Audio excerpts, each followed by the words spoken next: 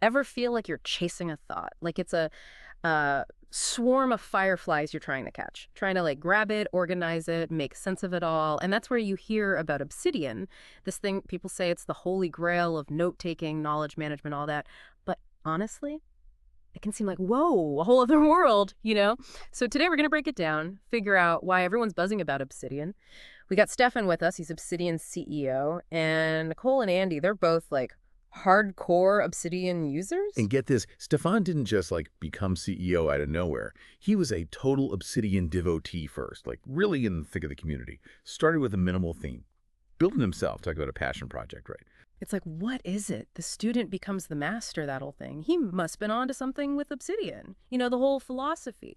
Because from what I'm getting, it's not just note-taking, is it? It's more like taking ownership, but for your thoughts, long term. Exactly. Yeah. Stefan wasn't out there looking for just any note app. He spent years, seriously, trying to find the perfect one, anything he could get his hands on. You ever get that? That Yeah. feeling of always searching for the tool, the one that just clicks.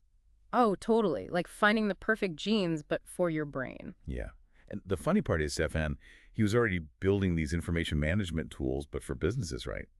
Then he has this aha moment, like, hold on, why am I not doing this for myself, for my own thinking, you know? So what was it about Obsidian? After all that searching, what made it click? He says it comes down to three things, three core values. Users really connect with this. Number one, privacy. Owning your data, that's UUGE with Obsidian. We're talking your thoughts here, your brain stuff. Shouldn't be living on someone else's server, right? That's a big deal, especially these days when everyone and their dog wants your data.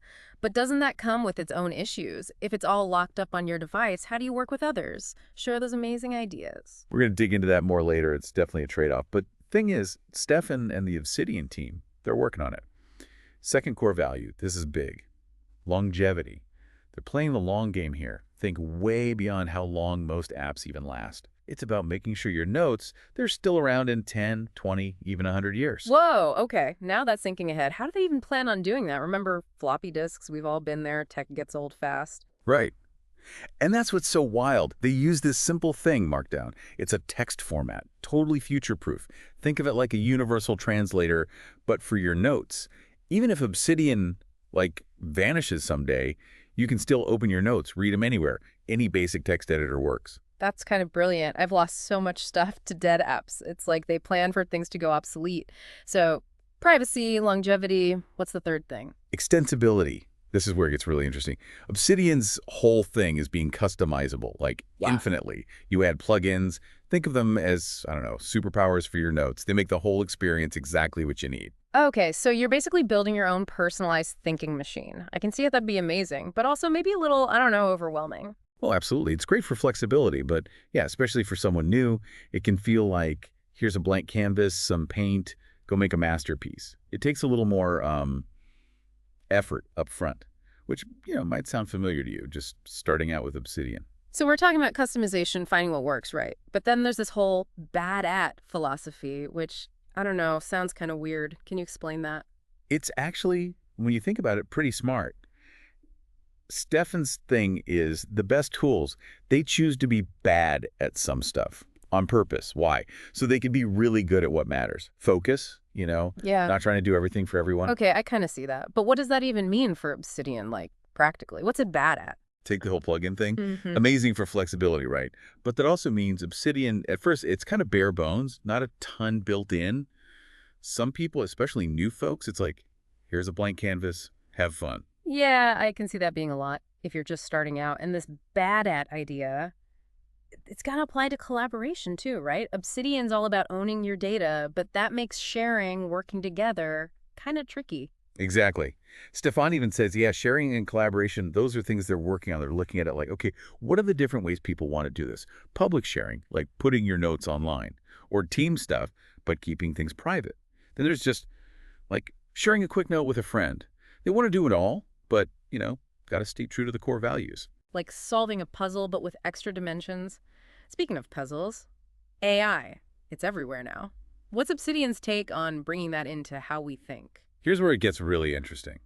Because Obsidian's so open, the community, they went nuts. AI integrations, boom, everywhere. Plugins for text generation, analysis, ChatGPT stuff, the whole shebang. That's what's cool about open platforms, right? But what about Stefan? He seems pretty thoughtful about tech, you know? What's his view? Oh, totally. He's excited about AI, but he's also got these ethical lines, Uh, data privacy, local processing, those are non-negotiables. Big question is, can you have the cool AI stuff without giving up privacy? Keep everything on your own machine, not some company server. right, because that'd go totally against their whole thing. Tricky balance. Yeah. Stefan mentioned this tool, Napkin, really got him thinking. What's that about? This is wild. Napkin, it's not like ChatGPT just making text. It's about finding hidden connections and stuff you already have. Say you use Readwise, highlighting stuff from articles, books, whatever. Napkin takes those highlights, finds links between them, stuff you'd never see on your own. So it's like an AI research buddy, not just giving you info, but actually making your own thinking better. That's nuts. Exactly. Fits perfectly with Obsidian. Making you smarter, not replacing you.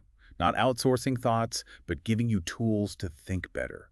See the patterns in your own ideas. I get why Stefan's into that. It's not just a gimmick. It's about like deeper understanding. And this all goes back to that debate in the Obsidian world. Best way to organize, connect thoughts, even comes down to tags versus links, right? The classic note-taking struggle. Yeah. You've probably been there. Ugh, tell me about it. Tags, links. I swear, I go back and forth constantly. It's like one of those things, when you're trying to get organized, but it just makes it worse. Right. Total maze. And here's the cool part. You get these two perspectives. Stefan, he's all about the links because he sees them like a map. But for his ideas, you can actually see how notes connect, go back, retrace your steps. Tags, he saves those for like really specific stuff. So it's less about, I don't know, putting things in boxes, more about connecting them, like a web or something. Yeah. A network of ideas. Exactly. Yeah. Andy, now he's more about a system that just works everywhere. Good point he brings up about tags and switching tools. If you go somewhere that doesn't use tags, boom, connection's gone. Links, they're more universal. Makes sense, like trying to talk in different languages. If your tools aren't speaking the same one, stuff gets lost. But that also makes me think it's not just about what works now, but like 5, 10 years down the line? There's that longevity thing again. See, it's all connected. But making a tool for the future, that's got its own hurdles. Like, how do you make it Right. work for everyone? Accessibility, that's huge. For sure. Actually, someone wrote in asking about screen reader support. Super important point. These tools got to be usable no matter what? Big time. And to be fair to Stefan, he gets it. He talked about some of the stuff they've done for screen readers already, but he also said, hey, keep the feedback coming. Community's huge for them. That's great. It's nice to see a company that actually listens? But let's be real.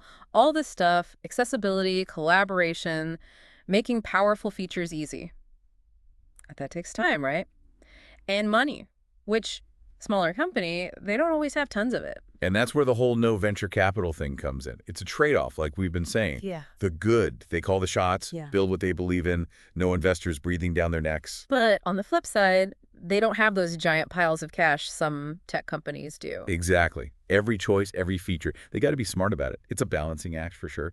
Keep the lights on, but also, like, change how we think. But you can tell, Stefan, he's got that fire. He's on a mission. Oh, absolutely. And that kind of leads into how he wrapped things up, which really stuck with me. He said, Obsidian users, we're like on the cutting edge. A new way of thinking, owning your knowledge, privacy, all that. We're pioneers. So, like, what are we supposed to do with all this? Share it. That was his big thing. Don't keep it a secret. The more people who have these tools, the better off we'll be, right? Facing the future and all that. It's about giving people that power over their own minds, their learning. That's actually really cool. It's easy to forget in our tech craziness what it's really for, right? To learn, grow, connect with each other. Makes you wonder, huh? Imagine if these thinking tools were like smartphones. Everyone had them.